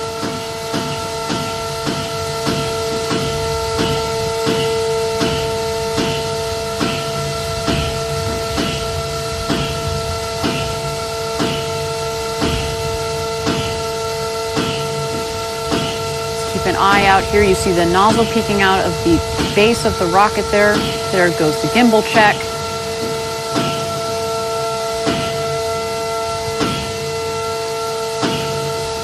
The engine gimbal, of course, is critical, but in particular as it's coming into land.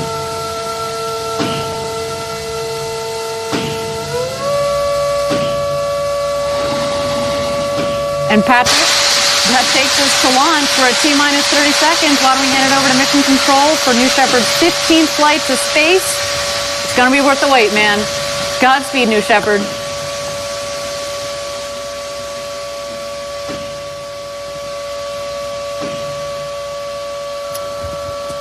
Guidance internal. T-minus 10, 9, 8, 7, 6, 5, 4. Command engine start. 2, 1. Ignition.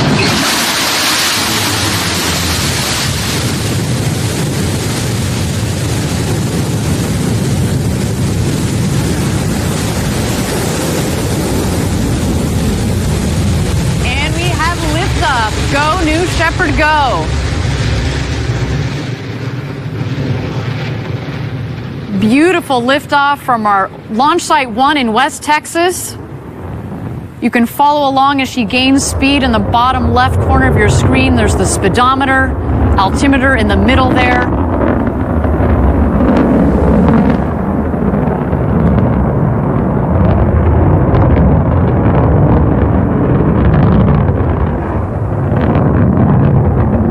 First milestone on her trip to space, max Q. That's when the dynamic pressure on the vehicle is at its maximum, the toughest point in flight for the vehicle.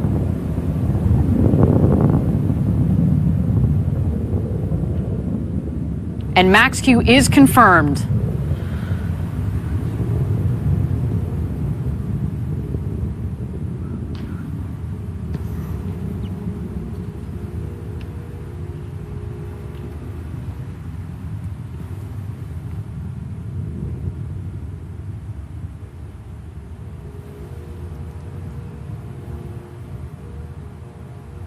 All right, right about this time in your flight, on ascent, you're going to max at about 3 Gs.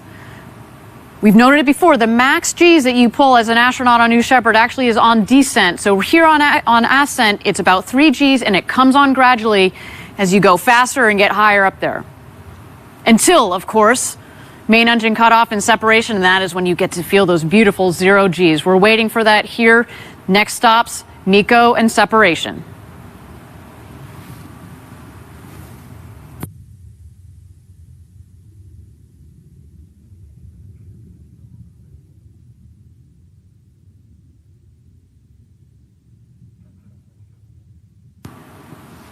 Coming up here on MECO, main engine cutoff. So far, a clean burn from our BE-3 engine.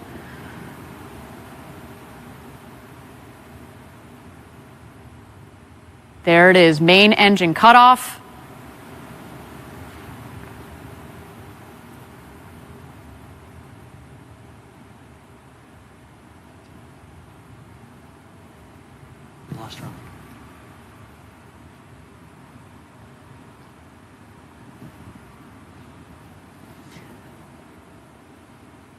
All right, appears we have lost the link to the J layer.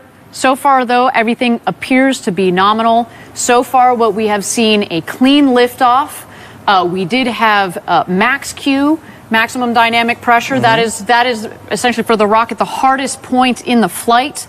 And then we had main engine cutoff. And now, as you can see, separation. Here we've got our infrared camera, especially on the left side.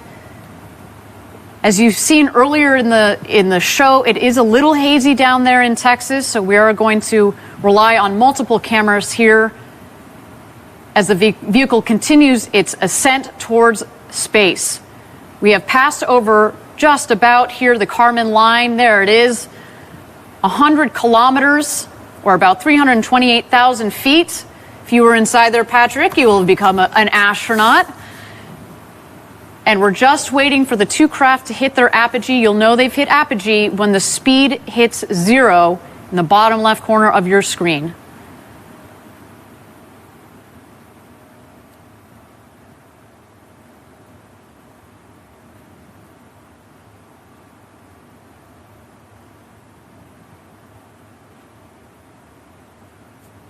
There it is, apogee just at about 346,000 feet. Of course, we're going to have official stats for you after the flight via Twitter, but so far so good. Patrick, looks to be a nominal flight of New Shepard. You see the booster on the right and the capsule on the left. This is when they've begun their descent. As we've seen in the past, obviously the booster is going to beat the capsule down to Earth as it's more better aerodynamically shaped. Mm-hmm.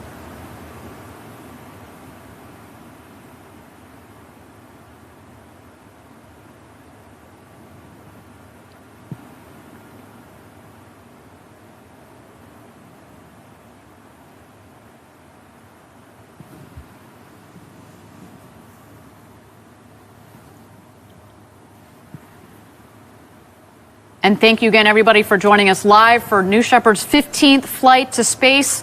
We are 5 minutes into what appears to be so far a nominal flight for New Shepard. We, of course, preceded the launch by what appears to be a perfectly executed astronaut experience rehearsal. While there are no astronauts on board today, that was a critical step towards our march towards first human flight.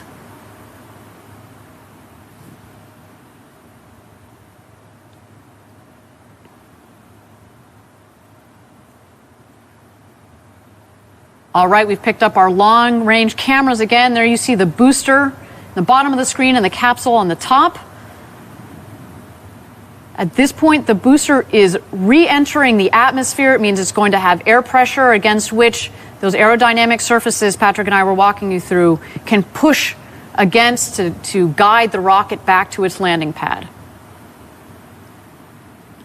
And to think this rocket will have peaked at almost Mach 4, and it's by the time it touches down, it's just going to touch down at about 8 kilometers per hour or 5 miles per hour. So relatively speaking, a nice soft landing. Critical, as we talked about reusability, the softer the landing, the quicker you can turn it around, right? You're not jostling the rocket, you're not jostling the hardware. You want to be able to flip it around nice and quickly. So there you see the aft fins. We also call them the pie fins because they're shaped like pie wedges.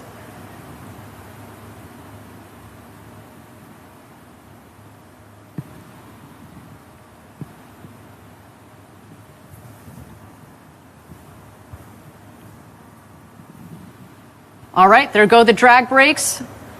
And there you see all the speed bleeding off of the vehicle and waiting for our BE-3 engine to relight. There it goes.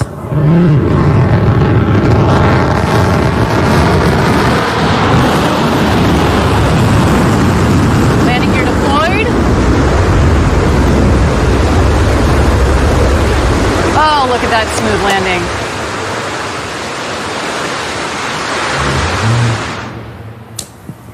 And And touchdown. Welcome back, New Shepard. Oh my God, what a beautiful landing, I think that was one of the smoothest landings I've seen of this rocket. It almost looks unreal. It looks like CGI. I know some of you on the internet seem to think that. Believe me, that is a reusable rocket that takes off and lands. What a beautiful landing. It looks like it's ready to go again. Yeah, just, put in those drag brakes, put in the wedge fins, fuel her up, let's go again. But until then, the show is not over. We do have the crew capsule here. On board, we have Mannequin Skywalker, as well as a couple of payload lockers filled with postcards from Club for the Future, from students from around the world. We are waiting to see the drogue chutes come out. They will be followed by the main parachutes. And a little wink from one of those big, beautiful windows. Look at that. There go the drogues.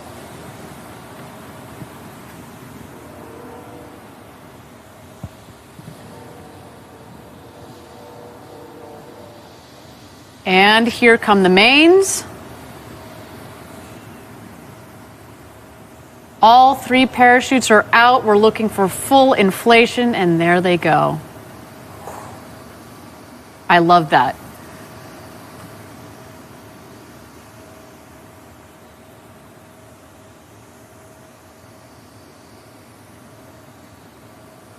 So far, so good. A nominal launch, nominal landing for the booster. We're waiting for the crew capsule to come into land. We're at about 1,600 feet to go. And a nice smooth descent at about 16 or so miles per hour. Just at about 25 or so kilometers per hour. That is a nice smooth descent. There's the valley of our West Texas launch site 1 as we call it.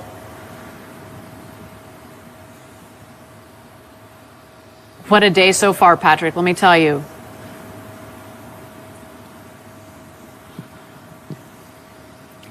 Now, at 800 feet to go here, we should remind everybody that we do have the retrothrust system that kicks on just in the last moment. Basically, it just creates a nice air cushion for the capsule so that next time, hopefully, when you and I are up in that capsule one day, we are going to be getting a nice air cushion underneath the capsule.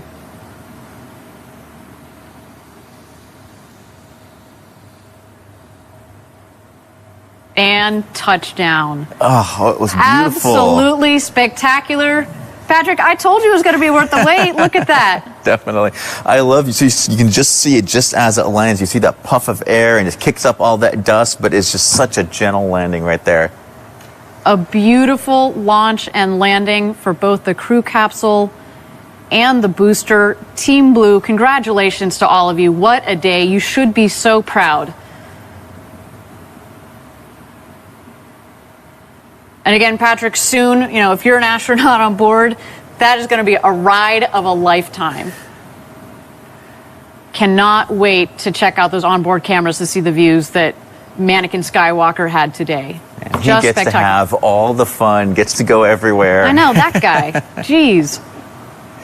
Now, to bring it all right back around, right, we started the day, as exciting as this launch is, we actually started with, the astronaut rehearsal, sort of on top of the normal launch preparation.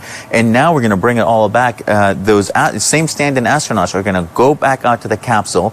Once we open the hatch, they're actually going to get in, and we're going to practice and rehearse, essentially getting the astronauts out safely, getting them back into the van, have them reunite with their loved ones, and that's when they would go off and celebrate this sort of incredible experience they would have just had. So, I can tell you that when we've done this in rehearsals and the people have just been sitting out there when this has just happened, they just get emotional. Even just sitting in at the very end, they get emotional. I can only imagine what it'd be like to actually fly and get landed.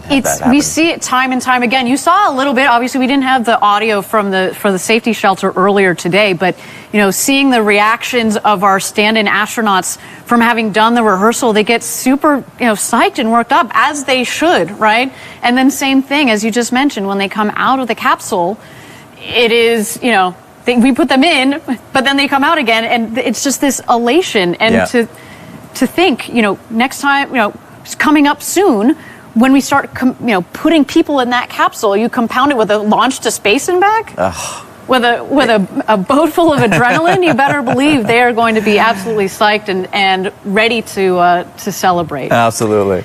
Well, so the recovery process is underway. It goes like this. So since the capsule has landed, we do have the recovery team, which includes a couple of lead vehicles, safety vehicles, and of course our crew member 7. They are quickly traveling out to the landing site. Now, this team's job, if there are astronauts on board, is to ensure that the astronauts safely exit the capsule. The astronaut families, as Patrick mentioned, in parallel are on their way, would be on their way to come welcome our astronauts. Now, once the astronauts would step out of the capsule, newly minted an astronaut, as we mentioned, it is time to celebrate. Now, simultaneously, we also have another team that is heading out to the booster to safe the vehicle and get it back to the barn. I mean, we joked about the quick turnaround. Obviously, we're not flying again today, but it's the keeping the costs of spaceflight down. You have to work on the operations, get those tight, get them quick to be able to reuse the vehicle as much and as quickly as possible. Absolutely. That asset turnaround is absolutely key there. And again, the point of today's flight was to mimic the astronaut experience profile under real launch conditions, right?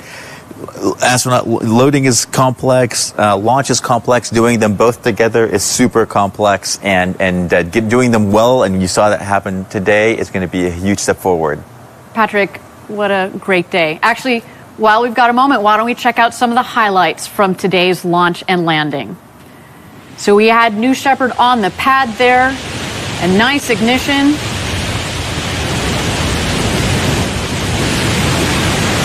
And a clean liftoff. Look her go.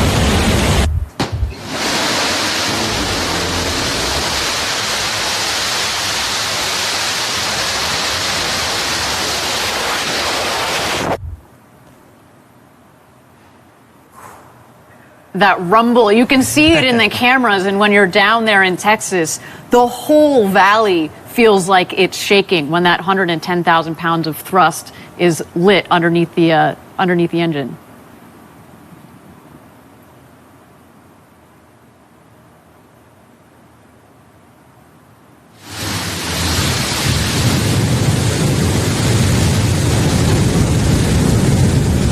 And this angle.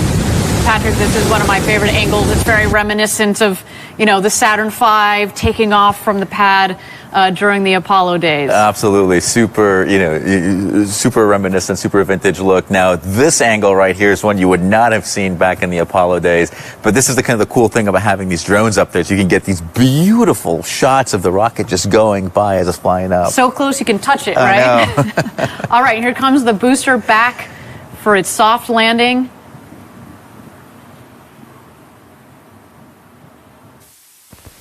Again, Patrick, I think this is one of the smoothest, most controlled landings I've seen from this rocket. It makes it look easy. It's like it's just dangling from a string.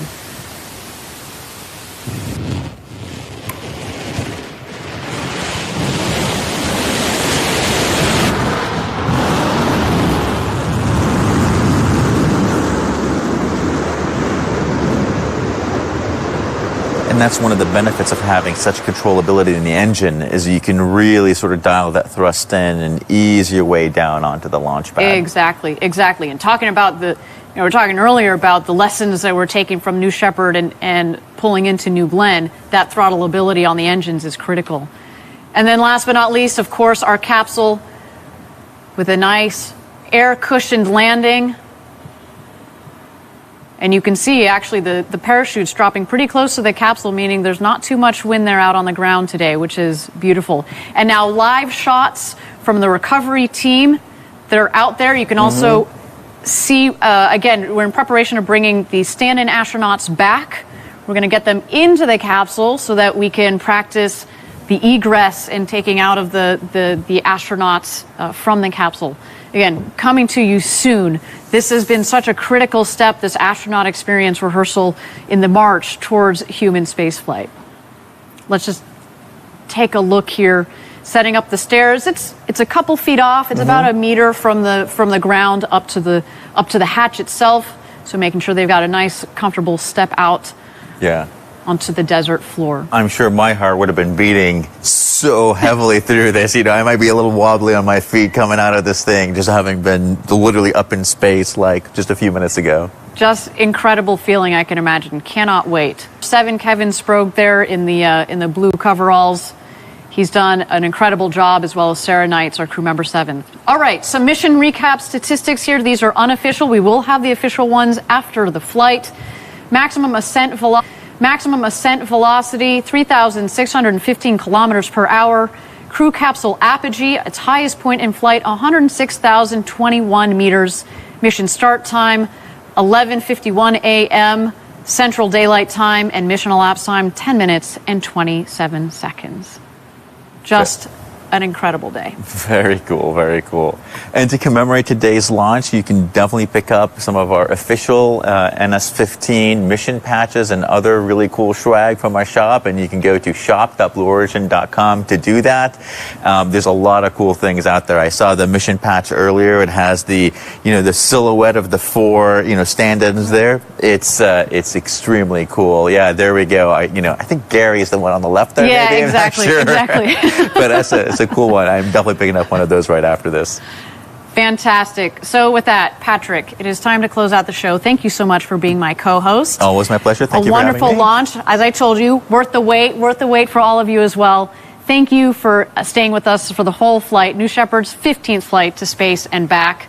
Please follow us on Twitter and Instagram for all the latest updates. And please continue to stay safe out there. Until our next launch, as always, Gradatum Ferociter.